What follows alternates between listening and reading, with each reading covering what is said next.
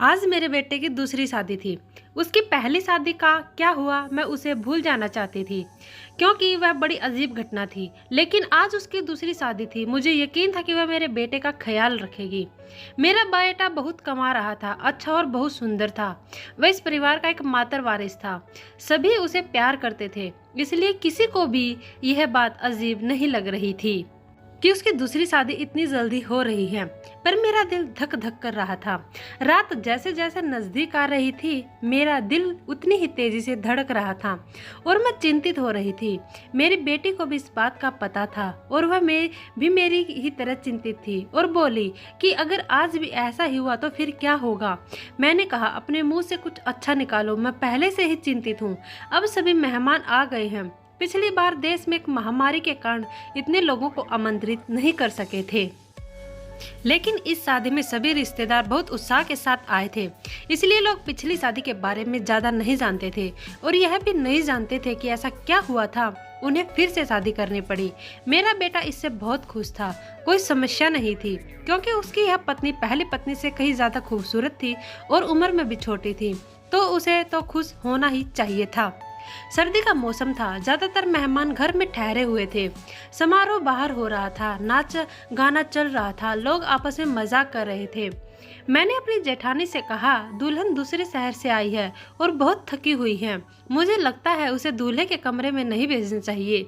मेरी जेठानी ने कहा, तुम्हें क्या हो गया है? उनकी अभी शादी हुई है और तुम हो कि उनकी रात खराब करना चाहती हो।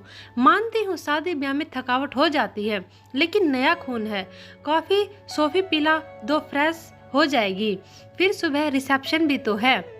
मैं बोली, वह थक जाएगी बेचारी। मेरी जेठानी ने कहा, आजकल कोई भी इतना नहीं थकता। लड़कियों को अपनी शादी करने का बहुत शौक होता है। उसे अपने बेटे के कमरे में भेज दो। अब रात के 12 बज गए हैं। सुबह उठकर तैयार भी तो होना है। मुझे नहीं पता कि तुम इतना टाइम क्यों लगा रही हो। सभी रस्में हो चुकी हैं। हर कोई नाच गाकर थक गया है। बेचारी दुल्हन भी कमरे में नाच जाना चाहती है। मेरी जेठानी तो वैसे भी बाल की खाल निकालने में माहिर थी, सबसे बड़ी थी, इसलिए सोचा इनसे सलाह मशवरा कर लूं। लेकिन उसने मुझे ही बातें बता दी और फिर उसने खुद ही कहा कि अब दुल्हन कमरे में जाएगी। दुल्हन को कमरे में ले जाया गया। बाकी सबको कमरे से निकालकर मैं थोड़ी देर दुल्हन के पास ही बैठ गई। मैंने कहा, बेटा, तुम अपने परिवार में सबसे बड़ी हो। तुम बहुत ही धैर्यवान लड़की हो, इसलिए मैं तुम्हें पसंद कर आई थी। देखो बेटा, जब शादी होती है तो कुछ चीजें ऐसी होती हैं जो हमें पसंद नहीं आती, लेकिन मेरी बच्ची तुम थोड़ा सब्र करना। उसने कहा कि मुझे समझ नहीं आ रहा है कि आप क्या कह रही हैं। मैंने कहा कि अगर मेरा बेटा कुछ उल्टे सीधे बात करता है तो उसकी बातों पर ध्यान मत देना। कमरे के बाद कमरे में ही रखना। सुबह मुझे बता देना, मैं तुम्हारी प्रॉब्लम को सुलझाने की कोशिश करूंगी। मेरी बात सुन कर वो थोड़ा घबरा गई थी कि मैं किस विषय पर बात कर रही हूँ। वह थोड़ा घबराई हुई थी, लेकिन उसने कहा, ठीक है, मैं पूरी कोशिश करूंगी। अब इस घर की इज्जत भी मेरी इज्जत है। मैं दुल्हन का हाथ थपथपाकर बाहर आ गई। सब अपने अपने बिस्तर पर सोने चले गए थे।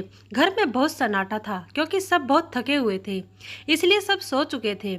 जाड़े की रात वैसे भी शांत होती है, लेकिन मैं सो नहीं पा रही थी। बहुत देर बाद आखिरकार मैं सोने चली गई, लेकिन मेरी आंखों में नींद ही नहीं आ गई थी और मेरी आंखें बार बार देख रही थी घड़ी की ओर। काश सुबह जल्दी होती तो मेरी सारी चिंताएं खत्म हो जाती। जैसे ही रात के 2:30 बजे मैंने एक जोर से चीख सुनी और उसके बाद ही मुझे पता चला कि अब क्या होने वाला है।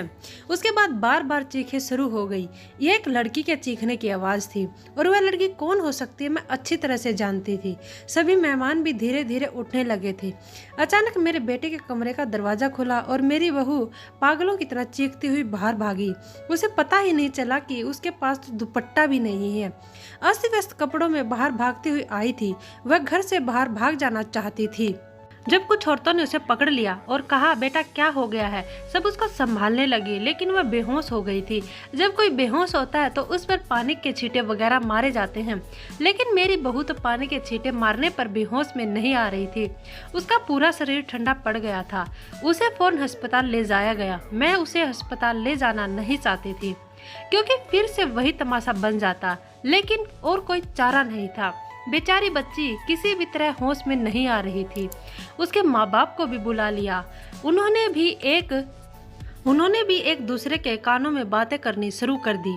पता नहीं हमारी बेटी को क्या हो गया है, पता नहीं उसके साथ क्या सलूक किया गया है। वह सब लोग मुझे अजीब सी नजरों से देख रहे थे। सवाल ही सवाल हर तरफ थे और मैं बेचारी परेशान से हॉस्पिटल में घूम रही थी। मैंने घर आकर अपने बेटे से पूछना चाहा कि अब उसने क्या किया है, तो वह कमरे में ही नहीं था। उसका फोन भी बंद था। कमरे की हालत बिल्कुल नॉर्मल थी। कोई भी ऐसी हरकत नहीं लग रही थी कि कोई चीज टूटी हो है या उसने अपनी बीवी पर हाथ उठाया होता है। लोगों के सवालों से बचने के लिए शायद मेरा बेटा अरविंद कहीं चला गया था।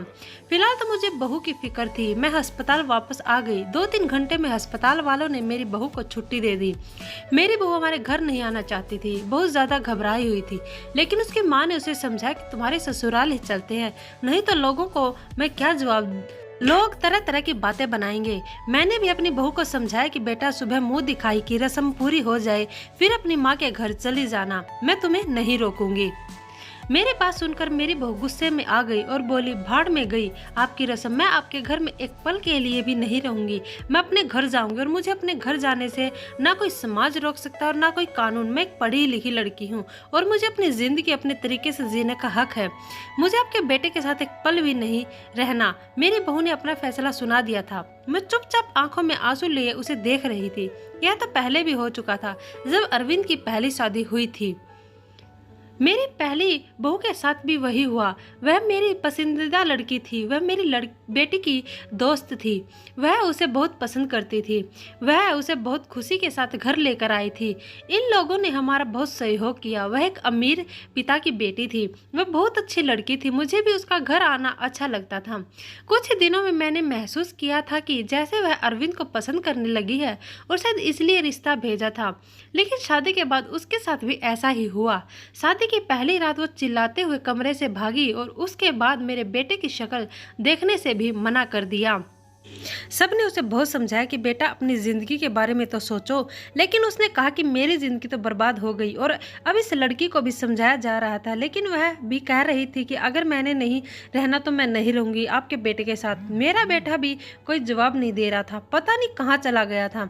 लड़की का बाप बार बार कह रहा था कि उस व्यक्ति को बुलाओ, हम उससे पूछेंगे कि उसने हमारे बेटे के साथ क्या किया है।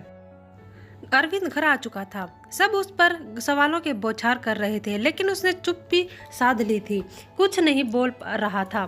थक हार कर सब खामोश हो गए। लड़की के माँ बाप भी अरविंद को भला बुरा और धमकाकर चले गए। वह अपनी बेटी को भी साथ ले गई। अच्छा खासा तमाशा हो गया। सब मेहमानों के सामने नाक कट गई थी। हमारी लड़की के माँ बाप ने हमारी बेइज्जती करने में कोई कसर नहीं छोड़ी थी, लेकिन अरविंद अपने मुंह से एक शब्द भी नहीं बोल रहा था। अरविंद के पिताजी तो पहले ही इस दुनिया से जा चुके थे। सारी बेइज्जती मुझे अकेले ही सहनी पड़ी। घर में जमा लोगों ने भी हमें अच्छी खासी बातें सुना डाली। लड़की की माँ तो काबू में ही नहीं आ रही थी। कुछ चीख चीख कर मुझे भला बुरा कह रही थी, लेकिन उस बेचारी की क्या गलती थी। आखिर उसकी बेटी की जिंदगी तबाह हो गई थी।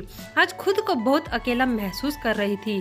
मैं काश अरविंद के पिता को होते तो इतनी जल्दी हिम्मत न हारती। लोगों के ताने को सने अकेली ही सुनती रही। अरविंद बड़ा था। अरविंद से छोटी मेरी एक बेटी थी जो कॉलेज में पढ़ती थी।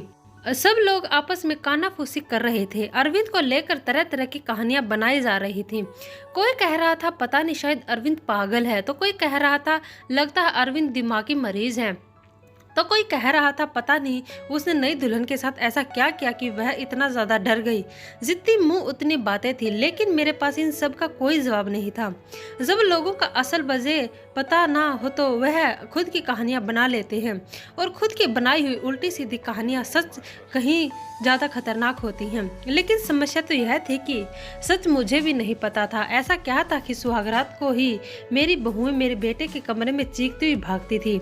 इस लड़की ने भी तो मुझे कुछ नहीं बताया था। मैंने खुद ही अपने मन में सोचा हो सकता है उसने अपने माँ बाप को कुछ बताया हो। सच जानने के लिए मैंने उनके घर फ़ोन कर दिया।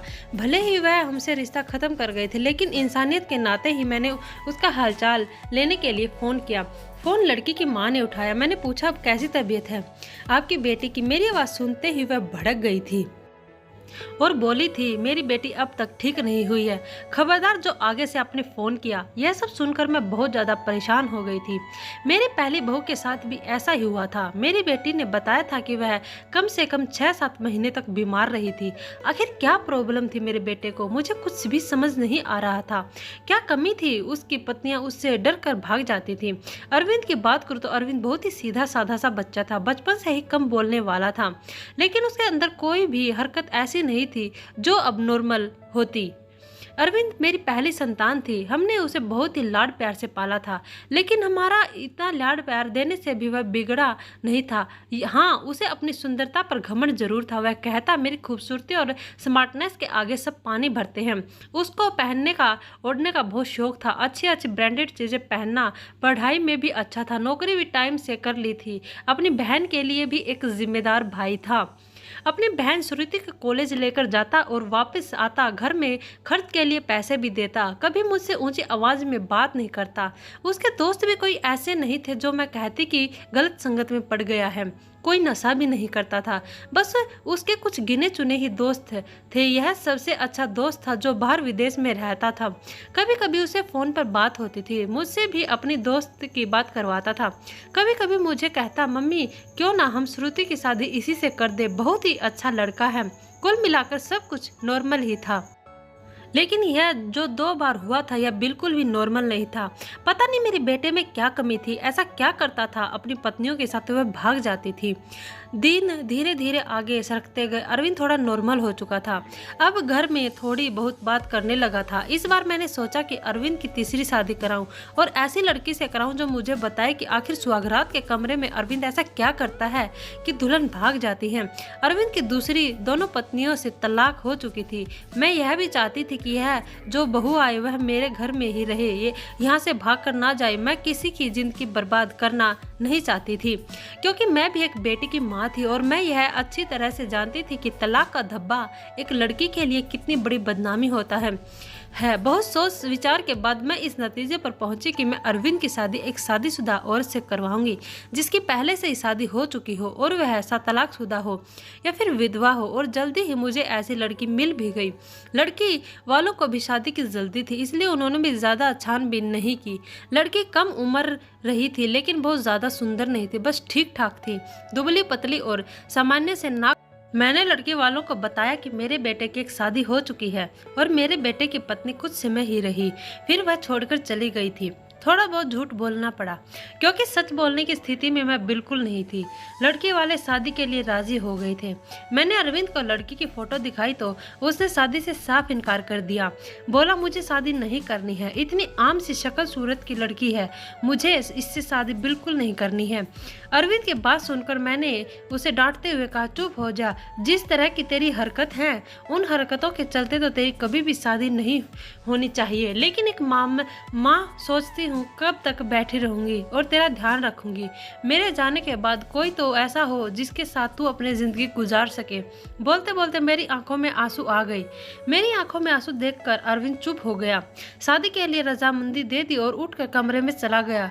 कहीं ना कहीं अरविंद के दिल में भी चोर जरूर था, वह मुझसे नजरें चुरा रहा था। लेकिन इस बार मैंने भी तय कर लिया था कि मैं जानकर रहूंगी। मैंने पहले ही सोच लिया था कि इस बार मैं लड़की को अपने भरोसे पर ले लूंगी, लेकिन उसे यह नहीं बताऊंगी कि मेरे पहले उसकी पत्नियां डर कर भाग गई थी। उसे प्यार से समझा दूंगी, उसे भरोसा दिलाऊंगी कि अगर कुछ ऐसी वैसी बात हो तो मुझे बताए, मैं उस समस्या का समाधान करूंगी। इस बार शादी का प्लान बहुत ही सादगी से करने का था और फिर मैंने बहुत ही सादगी से अरविंद की शादी कर दी। लड़की का नाम रश्मि था, बहुत ही प्यारी बच्ची थी। मेरी बेटी ने मना भी किया था कि मम्मी रहने दे, भाई को भाई के हाल पर छोड़ दे, लेकिन मैंने उसे समझाया था कि बेटा हो सकता है तेरे भाई के साथ कुछ मसला हो जिसे सुलझाना हमारा फर्ज है। शादी निपट गई। इस बार मैंने ज़्यादा मेहमानों को नहीं बुलाया था। घर में कुछ मेहमान थे जो मेरे रिश्ता नहीं बल्कि मेरे कुछ जाने वाले थे, मेरे कुछ सहेलियां वगैरह थे और उनके परिवार वाले थे। रश्मि को मैं अरविंद के कमरे में ले गई। उसे बेड पर बिठाते हुए मैंने रश्मि का हाथ अपने हाथों में लिया और उसे हल्के से दबाते हुए बोली, रश्मि बेटा, तुमसे बहुत सी ज़रूरी बात करनी है, बहुत ही ध्यान से मेरी बात सुनो। रश्मि आश्चर्य से मुझे देखने लगी कि भला ऐसी कौन सी ज़रूरी बात है जो अभी करनी है। मैंने रश्मि को समझाते हुए कहा, बेटा, अरविंद से शादी के लिए राजी नहीं था, बहुत ही मुश्किल से मैंने उसे शादी के लिए तैयार किया है। हो सकता है मेरा बेटा कुछ अजीबोगरीब हरकत करे, हो सकता है तुम्हें डराने की कोशिश करे जिससे तुम डर कर छोड़कर भाग जाओ, लेकिन बेटा तुम्हें डरना नहीं है। जो भी हो तुम्हें सब कुछ मुझे बता देना है, बस तुम उसके डर धमकाने में, उसकी बातों में आने की ज़रूरत नहीं है। रश्मि ने मेरी बातों को सुनकर हाँ में सिर हिला दिया था। मैं थोड़ी संतुष्ट हुई थी और रश्मि को आराम करने का बोल कर बाहर आ गई। मैं अपने कमरे में नहीं गई, वह हर हाल में ही सोफे पर लेट गई। श्रुति को मैंने उसके कमरे में भेज दिया कि तुम जाओ, सो जाओ, बहुत रात हो चुकी है। श्रुति कमरे में जा चुकी थी, लेकिन जाते जाते उसने कहा था कि मम्मी जी, आप जो भी कर रहे हैं गलत कर रही हैं। आप भी हर समस्या का हल सिर्फ शादी ही समझती हैं। आपको किसी की बेटी की जिंदगी को यूं बर्बाद नहीं करना चाहिए।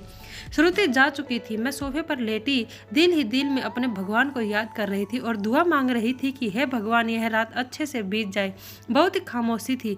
ऐसा लग रहा था जैसे तूफान से आने से की पहले की खामोशी हो। घड़ी की टिक टिक भी मेरे सर पर हथौड़ी की तरह लग रही थी। मैं अपने भगवान को मनाने में लगी हुई थी कि तभी वही हुआ जिसका मुझे डर था। रश्मि चीखते हुए बाहर आई थी और पागलों की तरह घर के बाहर भाग जाना चाहती थी। मैंने जैसे तैसे करके उसे बाहर गेट से अंदर लिया था। मैंने उसे जैसे तैसे समझाकर थोड़ा शांत किया, कुछ बोलने की स्थिति में ही नहीं थी। जब थोड़ा शांत हुई तो बेहोशी में बोली कि आपको अपने बेटे की पहले मेडिकल जांच करानी चाहिए थी।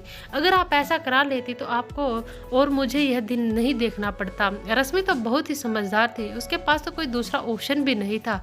वह तो हर हाल में इस शादी को निभाने की सोचती, लेकिन रश्मि ने भी इस रिश्ते को नहीं निभाया और वह अरविंद को छोड़कर चली गई। दूसरे दिन रश्मि के घर से फोन आया कि अपने बेटे से कहकर हमारी बेटी को तलाक दिलवा दो, नहीं तो हम यह काम अदालत से भी कर सकते हैं। मैं सदमे की हालत में फोन पकड़े नहीं सोफे पर बैठी गई, यानी कि अब अरविंद को कोई मजबूरी में भी अपनाने के लिए तैयार नहीं था। पहले मैं जो बहुएं लाई थी वह अमीर घराने की और सुंदर पढ़ी लिखी थी, लेकिन रश्मि तो विधवा थी, गरीब घराने की थी और बहुत ज़्यादा सुंदर भी नहीं थी। रश्मि को मैंने पहले ही सब कुछ समझा भी दिया था, तभी तो इतना ज़्यादा बदहोश हो गई थी। आखिर ऐसी क्या कमी थी मेरे बेटे में? हम जो जेवरात दुल्हन को देते थे, दुल्हन के घरवाले शादी के दूसरे दिन ही वापस कर देते थे। मैं तो दहेज भी नहीं लेती थी। फिर आखिर ऐसा क्या किया था कि ऐसे खूबसूरत पढ़े लिखे और अमीर लड़के को छोड़कर भी लड़कियां भाग जाती थी? मेरा दिमाग सोच सोच कर फटा जा रहा था। कैसे पता लगाया कि आखिर बात क्या है? अरविंद अपने मुंह से कुछ कहने को तैयार नहीं था। जब भी इस बारे में कुछ बात करने की कोशिश करती तो वह उठ कर बाहर चला जाता, लेकिन अब हर वक्त अरविंद पर नज़र रखने लगी थी। उसकी एक एक हरकत पर ध्यान देती। शायद कुछ तो ऐसा सबूत मिले जिससे मैं सुराग लगा सकूं, सच जान सकूं कि आखिर सच्चाई क्या है। लेकिन उसके हाव भाव से कभी ऐसा लगा ही नहीं कि उसमें कुछ अब नॉर्मल है। एकदम नॉर्मल लड़कों की तरह था जैसे और लड़के होते हैं। मुझे कोई भी रास्ता दिखाई नहीं दे रहा था। एक दिन तंग आकर मैंने अरविंद के दोस्त को फ़ोन लगाया, उसी विदेश में रहने वाले दोस्त को। मैंने पूछा, नितिन, तुम अरविंद के इकलौते दोस्त हो जिससे अरविंद अपने दिल की सारी बातें करता है, मुझे अरविंद के बारे में कुछ बताओ। उसने अपने जीवन के बारे में तुम्हें ज़रूर कुछ न कुछ बताया होगा। लेकिन यह सुनकर तो मैं हैरान हो गई कि उसने अपने दोस्त को अपने बारे में कुछ भी नहीं बताया था, और बस यही बात मुझे बहुत अजीब लगी। क्या उसने अपने दोस्त को नहीं बताया कि मैंने 3 बार शादी की है और मेरी तीनों पत्नियां मुझे छोड़कर भाग गई हैं? लेकिन उसने यह बात अपने दोस्त को नहीं बताई जो कि उसका सबसे अच्छा दोस्त था। यह मुझे काफ़ी अजीब लग रहा था, लेकिन शायद उसने नहीं बताया क्योंकि वह शर्मिंदा होना नहीं चाहता होगा। शादी की रात की पत्नी का भाग जाना, वो भी 3 पत्नियों का। धीरे धीरे 6 महीने और गुजर गए। अब घर में सब कुछ नॉर्मल चल रहा था, लेकिन अरविंद को लेकर मैं बहुत ज़्यादा परेशान थी। ऐसा क्या था जो दुल्हन शादी की पहली रात को ही भाग जाती थी? मैंने एक बार फिर अरविंद की शादी के लिए सोचा और इस बार मैंने ठान लिया कि सच्चाई जानकर ही रहूंगी।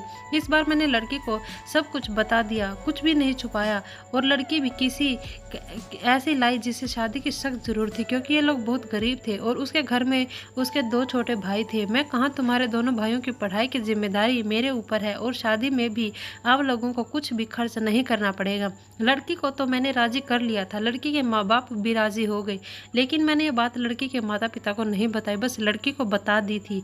लड़की थोड़ी घबराई हुई थी क्योंकि मैंने शादी से ही सारी बातें लड़की को समझा दी थी। पहले तो वो बहुत ज़्यादा डर गई थी, फिर खुद को संभालते हुए बोली कि कुछ भी हो मैं इस शादी के लिए तैयार हूँ। अगर मेरे थोड़े से त्याग से मेरे भाइयों की ज़िंदगी बनती है तो उसमें बुराई क्या है।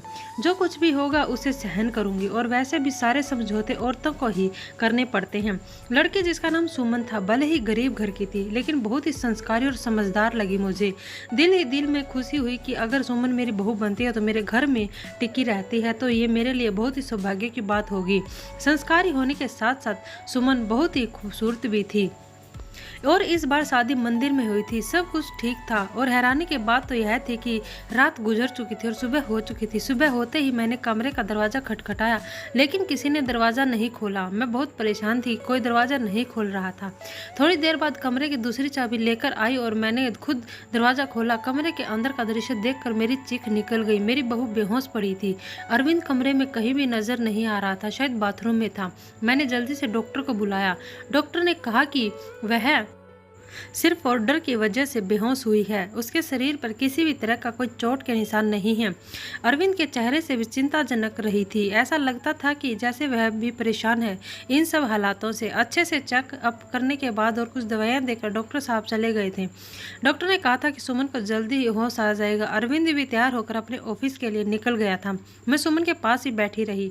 थोड़ी देर में सुमन ने आंखें खोल दी थी। होश में आते ही वह बाहर की तरफ भागी थी, वह यह कहते हुए कि मुझे यहाँ नहीं रहना है, मुझे अपने घर जाना है, अपने मम्मी पापा के पास।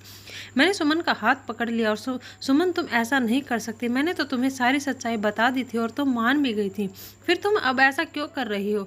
लेकिन सुमन मेरी कुछ भी सुनने को तैयार नहीं थी। रोते हुए बोली, आंटी जी मुझे माफ़ कर दो, मैं मजबूर हूँ, मैं यहाँ नहीं रह सकती। आप बेफिक्र रहें, मैं अपने मम्मी पापा को कुछ नहीं बताऊँगी, सब कुछ हैंडल कर लूँगी। बस आप मुझे इस घर में रहने को ना कहें। लेकिन सुमन मुझे बताओ तो सही, आखिर ऐसा क्या हुआ था। मैं सच जानना चाहती हूँ। सुमन तुमने मुझसे वादा किया था कि तुम अरविंद की सच्चाई मुझे बताओगी। आंटी अरविंद के बारे में मैं कुछ नहीं बता सकती। अगर मैंने अरविंद के बारे में बोला तो वो मुझे जान से मार देगा। मुझे अपनी जान की परवाह नहीं, लेकिन अरविंद मेरे भाइयों को भी नहीं छोड़ेगा। प्लीज़ मुझे जान दे। उसकी आंखों में विनती के ऐसे करुण भाव थे कि मैं उसे रोक न सकी। सुमन चली गई थी। मैं इंतजार कर रही थी कि आप कुछ ही देर में सुमन के माँ बाप का फ़ोन आने वाला था, लेकिन ऐसा कुछ भी नहीं हुआ। शायद सुमन ने अपने माता पिता को कुछ नहीं बताया था। अरविंद की तीनों पत्नियों ने तो दूसरे दिन ही तलाक की मांग कर दी थी, लेकिन सुमन ने ऐसा कुछ भी नहीं किया था। उसका मतलब था कि सुमन अभी भी मेरे बेटे की पत्नी थी। मैंने सोचा कि अब मैं अरविंद का चेकअप करवा कर ही रहूंगी। अपने होशो हवास में तो अरविंद ऐसा कभी भी नहीं करने देता, इसलिए एक दिन मैंने अरविंद के खाने में नींद की दवाई मिला दी। अरविंद के गहरी नींद में जाते ही मैंने डॉक्टर को फ़ोन कर दिया। डॉक्टर ने अरविंद के कुछ सैंपल लिए और ये बोल कर कि जैसे ही रिपोर्ट आती मैं आपको बताता हूँ। डॉक्टर चला गया और फिर मैं बेसब्री से अरविंद की रिपोर्ट का इंतज़ार करने लगी। अगले दिन डॉक्टर का फ़ोन आया। उसने कहा कि अरविंद एकदम नॉर्मल है, उसकी सारी रिपोर्ट नॉर्मल आई है। यह सुनकर तो मेरे आश्चर्य की कोई सीमा ही नहीं थी। अगर अरविंद नॉर्मल है तो शादी की पहली ही रात में उसकी पत्नियां क्यों भाग जाती हैं। सोच कर मेरा दिमाग फटने लगा। कुछ सोच कर मैं सुमन के पास गई। सुमन के माता पिता ने मेरी बहुत इज्जत की। शायद उन्हें सच्चाई का पता नहीं था। उन्हें लगता था कि मैंने उनकी बेटी को घर ले जाने के लिए आई हूँ। मुझे देखते ही सुमन डर गई थी। वह हम लोगों के साथ ज़्यादा नहीं बैठी और अंदर कमरे में चली गई। मैं भी सुमन के पीछे पीछे उसके कमरे में आ गई। मुझे देखते ही सुमन बोली, आंटी जी मैंने आपको पहले ही कहा था कि मैं आपके घर में नहीं रह सकती, फिर आप मुझे लेने क्यों आई हैं। मैंने सुमन को बहुत ही प्यार से अपने पास बिठाया और उसके सामने हाथ जोड़ते हुए बोले, सुमन मेरी उम्मीद की आखिरी किरण अब तुम ही हो। तुम ही मुझे बता सकते हो कि आखिर मेरे बेटे में क्या कमी है। एक मजबूर माँ तुमसे हाथ जोड़कर विनती करती है, प्लीज़ मना मत करना। मेरी आंखों में आंसू और मेरे जुड़े हुए हाथ देख लेकर सुमन ने मेरे हाथों को थाम लिया और बोली, आंटी जी मैं मजबूर हूँ, प्लीज़ आप मेरे सामने हाथ मत जोड़ें। जब सुमन किसी तरह सच्चाई बताने के लिए राजी नहीं हुई तो फिर मैंने सुमन से कहा, ठीक है तुम अपने मुंह से कुछ मत बताओ, मैं खुद अपनी आंखों से देख लूँगी, लेकिन तुम मेरी मदद तो कर सकती हो ना। तुम आज रात के लिए मेरे बेटे कमरे में फिर से रुक जाओ, मैं सारी सच्चाई अपनी आंखों से देख लूँगी। पहले तो सुमन डरती रही, लेकिन मेरे बहुत समझाने पर कि मैं तुम्हारे साथ रहूँगी, तुम्हें कुछ नहीं होगा, वह मान गई। मैं सुमन को अपने घर ले आई। अब समझ के माता पिता ने बहुत ही खुशी से अपनी बेटी को विदा किया था। एक बार फिर से सुमन को दुल्हन बनाकर मैंने अरविंद के कमरे में बैठा दिया। अरविंद को मैंने पहले ही फ़ोन कर दिया था कि सुमन घर आ गई है, तुम भी ऑफिस से जल्दी आ जाना। आज मैं घर पर नहीं मिलूंगी, तुम्हारी मौसी की तबीयत खराब है, वहाँ जा रही हूँ और रात भर वहीं रहूँगी। मेरी बात सुनकर अरविंद ने सिर्फ में जवाब दिया था, फ़ोन काट दिया था। मैं अरविंद के कमरे में ही छुप कर बैठ गई। आज सब कुछ मैं अपनी आंखों से देख लेना चाहती थी। कुछ ही देर में दरवाज़ा खुला था और अंदर कमरे में अरविंद दाखिल हुआ। उसने एक नज़र सजी सवरी बैठी सुमन पर डाली और बिना कुछ कहे बाथरूम में घुस गया था। सुमन डरी सहमी सी बैठी थी, जैसे अभी उठकर भाग जाएगी। मैं भी सांस रोके आने वाली सिचुएशन के लिए खुद को तैयार कर रही थी कि तभी अचानक बाथरूम से किसी औरत के चीखने की आवाज़ें आने लगी। आवाज़ें सुनते ही सुमन बेड से उतरकर नीचे खड़ी हो गई थी। डर से वह थर थर काँप रही थी। मैं भी हक्का बक्का सी खड़ी थी। अंदर तो अरविंद गया था, फिर ये औरत की आवाज़ क्यों? तभी अरविंद बाहर निकला और अरविंद को देखते ही मैं बेहोश होते होते बची। उसने अपना हुलिया एकदम से बदल लिया था। उसने औरतों जैसे कपड़े पहन रखे थे। बहुत ही बेहुदा सा, यूं कहिए कि बहुत ही डरावना सा मेकअप कर रखा था। आंखों में जैसे खून उतरा हुआ था। आवाज भी लड़की की तरह ही निकाल रहा था। तुमसे मना किया था मेरी जिंदगी में दोबारा मत आना, तुमने मेरी बात नहीं मानी, अब तुम अपनी मौत की जिम्मेदार खुद होगी। बहुत ही भयानक हंसी हंसता हुआ अरविंद सुमन की तरफ बढ़ा था। सुमन चीख मारती हुई मेरे पास आ गई थी। मैं भी बाहर आ गई थी, फिर अरविंद को रोकने की कोशिश कर रही थी। अरविंद क्या हो गया तुम्हें? तुम होश में तो हो? अरविंद ने मुझे जोर से धक्का दिया था। और कौन अरविंद? परमीला नाम है मेरा। मौका देखकर सुमन कमरे से भाग गई थी। इससे पहले अरविंद फिर से मेरे पास आता, मैं भी कमरे से बाहर निकली और कमरे को बाहर से बंद कर दिया। अरविंद की भयानक हंसी मुझे बाहर तक सुनाई दे रही थी। मैंने डरी सहमी सुमन को अपने सीने से लगा लिया। हालांकि मैं खुद भी बहुत ज़्यादा सदमे में और डरी हुई थी। आंटी जी मुझे नहीं मरना है, अरविंद मुझे जिंदा नहीं छोड़ेगा। उसने कहा था अगर मैंने किसी को कुछ बताया तो वह मुझे मार डालेगा, साथ में मेरे भाइयों को भी। मुझे और मेरे भाइयों को बचा लो आंटी जी, कुछ नहीं होगा। सुमन शांत हो जाओ, मैं सब कुछ संभाल लूँगी। मेरा दिमाग थोड़ा काम करना शुरू किया तो सबसे पहला ख्याल मेरे दिल में यही आया कि शायद अरविंद पर किसी भूत का साया है। सुमन को मैंने अपने रूम में ही सुलाया था। सुबह उठते ही सबसे पहले मैंने अपने फैमिली डॉक्टर को फ़ोन किया था। 8 बजे डॉक्टर हमारे घर पर थे। मैंने उन्हें सारे हालात से अवगत कराया। साथ ही मैंने डॉक्टर से यह भी कहा कि मुझे लगता कि अरविंद पर किसी भूत का साया है। मेरी बात सुनकर डॉक्टर ने कहा था, मुझे नहीं लगता यह किसी भूत का साया, मुझे तो अरविंद एक दिमागी मरीज लगता है। उस पर पागलपन के दौरे पड़ते हैं। ऐसे मरीज किसी मूवी या किसी कहानी में डूब जाते हैं और उसी के करैक्टर में खुद को उतार लेते हैं। लेकिन आप टेंशन ना लें, इस मर्ज का इलाज है अपनों के प्यार से और कुछ दवाइयों के जरिए मरीज ठीक हो जाता है। थोड़ा टाइम लगता है बट मरीज बिल्कुल पूरी तरह से ठीक हो जाता है। नई दुल्हन को देखकर अरविंद पर पागलपन के दौरे पड़ते हैं और ये दौरे अरविंद को क्यों पड़ते हैं इसका सुराग उसके कमरे से ही मिलेगा। एक बार सुराग हाथ लग जाए तो उसका इलाज हम अच्छे से कर सकेंगे। डॉक्टर मुझे तसल्ली देकर चले गए थे। सुमन जाग चुकी थी, रात से थोड़ा सामान्य लग रही थी। मैंने उससे नाश्ता कराया।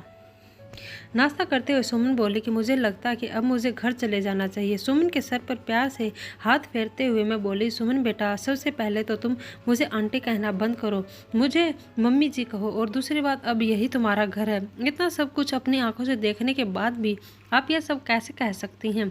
सुमन ने हैरानी से पूछा। मैंने तुमसे कहा, अभी डॉक्टर से मेरी बात हुई थी, अरविंद बिल्कुल ठीक हो जाएगा, बस उसे थोड़े से प्यार और थोड़ी सी संभाल की ज़रूरत है जो हम दोनों मिलकर उसे देंगे। मेरा यकीन करो, अरविंद बहुत ही अच्छा लड़का है, तुम्हें बहुत ही प्यार से रखेगा। मेरे बहुत देर तक समझाने पर और अपने माँ बाप के हालात को देखते हुए सुमन राज़ी हो गई थी। मैंने बहुत ही प्यार से सुमन से कहा था, सुमन बेटा अब तो एक बार मुझे मम्मी जी कहो। और सुमन ने मुस्कुराते हुए मुझे मम्मी जी कहा था, जिसे सुनकर मेरे दिल में ठंडक उतर गई थी। मुझे उम्मीद की किरण नज़र आई थी कि मेरा बेटा ठीक हो जाएगा, उसका भी घर बस जाएगा। 10 बजे के करीब अरविंद के दरवाजे पर खटखट की आवाज़ आई थी। मैंने कहा पर हाथों से दरवाज़ा खोला था। सुमन को मैंने अपने कमरे में भेज दिया था। अरविंद एकदम तरोताज़ा तैयार खड़ा था। मुझे देखते ही नाराजगी से बोला, क्या मम्मी जी, मेरा दरवाजा बाहर से किसने बंद कर दिया? मुझे ऑफिस के लिए लेट हो रहा है। मनुष्य एकदम नॉर्मल ही बात की थी, पता नहीं बेटा कैसे बंद हो गया। चलो तुम नाश्ता कर लो। मैंने उस पर कुछ भी जाहिर नहीं होने दिया। अरविंद ने नाश्ता किया और ऑफिस के लिए निकल गया। अरविंद के ऑफिस निकलते ही सबसे पहले मैं अरविंद के कमरे में गई और उसकी तलाशी ली। मुझे ज़्यादा मेहनत नहीं करनी पड़ी। सामने ही बेड पर मुझे कुछ किताबें दिखी। सुमन भी अब मेरे पास आ चुकी थी। सारी किताबें सेम थी। सब किताबों में एक ही उपन्यास था जिसमें कोई परमीला नाम की लड़की थी। शादी की रात ही उसके पति ने उसे कमरे से धक्के देकर बाहर निकाल दिया था और अगले ही दिन दूसरी दुल्हन ले आया था। परमीला धीरे धीरे दिमागी मरीजा बन गई थी। दुल्हन को देखते ही उस पर दौरे पड़ने लगते थे। अब तो किसी शादी में दुल्हन को देखती तो उसे मारने के लिए भागती थी। परमीला के ससुराल वालों ने उसे पागल घोषित कर दिया और उसके मायके भेज दिया। दुल्हन को वो देखकर परमीला का पागलपन कम नहीं हुआ था और परमीला के करैक्टर में ही अरविंद ने खुद को उतार लिया था। मैंने डॉक्टर को फ़ोन करके सारी बातें बताई। डॉक्टर ने कहा कि आप लोग बिल्कुल भी ना घबराएं, मैं कुछ दवाइयाँ दूंगा और जो कि उपन्यास अरविंद पढ़ता वह सारी किताबें आप रूम से बाहर निकाल दें। धीरे धीरे प्यार से अरविंद को समझाना पड़ेगा, उसे परमीला के करैक्टर से निकालना पड़ेगा। धीरे धीरे डॉक्टर की दवाइयों से और सुमन और मेरी मेहनत से अरविंद ठीक होने लगा था। सुमन अरविंद के सामने सिंपल सी रहती थी, कोई भी बनाव श्रृंगार नहीं करती थी। अरविंद के व्यवहार में बहुत बदलाव आने लगा था। उसकी आंखों में मैंने सुमन के लिए प्यार देखा था। सुमन कहीं भी जाती अरविंद की निगाहें उसका पीछा करती थी। अरविंद का इलाज चलते आज 3 महीने हो चुके थे। सुमन ने जिस मेहनत और लगन से मेरा साथ दिया था उसकी मैं कायल हो गई थी। कोई भी बहुत ही अच्छे कर्म किए थे जो मुझे सुमन जैसी बहू मिली। जो सुमन अब मेरे भी साथ मेरे कमरे में ही सोती थी। लेकिन आज मैंने सोच लिया था कि सब कुछ फाइनल हो जाना चाहिए। मुझे पूरा विश्वास है कि अब अरविंद बिल्कुल ठीक हो चुका है। मैंने सुमन से कहा कि सुमन आज तुम्हें आखिरी कदम और उठाना पड़ेगा, इसके बाद तुम्हारी ज़िंदगी में खुशियाँ ही खुशियाँ होंगी। सुमन नासमझी से मेरी तरफ देखने लगी। फिर मैंने उसे समझाया कि सुमन आज तुम्हें दुल्हन बनकर अरविंद के कमरे में बैठना होगा। मेरी बात सुनकर सुमन डर गई थी, लेकिन फिर जल्दी ही संभल भी गई। शायद उसे भी यकीन था कि अरविंद अब ठीक हो गया है।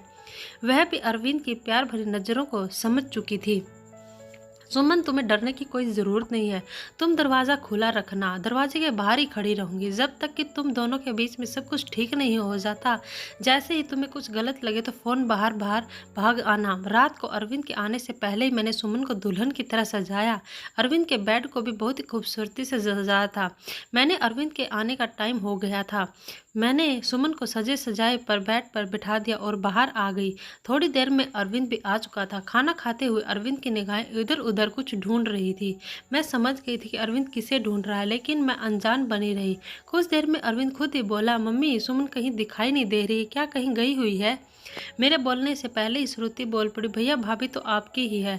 इससे पहले ही श्रुति अपनी बात पूरी करती मैंने उसे चुप करा दिया। मैंने मुस्कुराते हुए कहा, अरविंद तुम पहले खाना खत्म करो, उसके बाद अपने कमरे में जाओ तो मैं अपने सवाल का जवाब मिल जाएगा। खाना खाने के बाद अरविंद अपने कमरे में चला गया। मेरा दिल जोरों से धड़क रहा था, पता नहीं अब क्या होने वाला है। हे भगवान सब कुछ ठीक हो। मैं अरविंद के पीछे पीछे चली और बाहर गेट पर ही रुक गई। मैं अंदर कान लगाकर सुनने की कोशिश कर रही थी कि अंदर सब कुछ ठीक तो है ना। खड़े खड़े मुझे काफ़ी देर हो गई थी, लेकिन अभी तक अंदर शांति थी और कुछ ही देर में मुझे सुमन और अरविंद की सरगोशियाँ सुनाई देने लगी, प्यार में डूबी हुई सरगोशियाँ। मैं मुस्कुरा दी, मेरे अंदर तक सुकून उतर गया। मन ही मन मैंने भगवान को धन्यवाद दिया और अपने कमरे में आता है सुकून से लेट गई। सुबह मेरी आंख देर से खुली। जल्दी जल्दी उठकर किचन की तरफ भागी तो सुमन को किचन में पहले से ही मौजूद पाया। मुझे देखकर सुमन के चेहरे पर मुस्कुराहट आ गई। सुमन की झुकी हुई नज़रें और शर्मीली मुस्कुराहट से ही मैं पहचान गई कि सब कुछ ठीक हो गया है। मैंने प्यार से सुमन के माथे को चूमते हुए कहा, सुमन बेटा तुम इतनी सुबह किचन में क्या कर रही हो? सुमन थोड़ा शर्माते हुए बोली, मम्मी जी अरविंद को कॉफ़ी चाहिए थी, वही बना रही थी। सुमन को कॉफ़ी बनाता छोड़कर मैं बाहर हॉल में आ गई। सोफे पर बैठकर मैंने अपनी आंखें बंद कर ली। आज मेरे अरविंद के और सुमन के जीवन में खुशियां ही खुशियां थी। भगवान मेरे परिवार को किसी की नज़र ना लगे।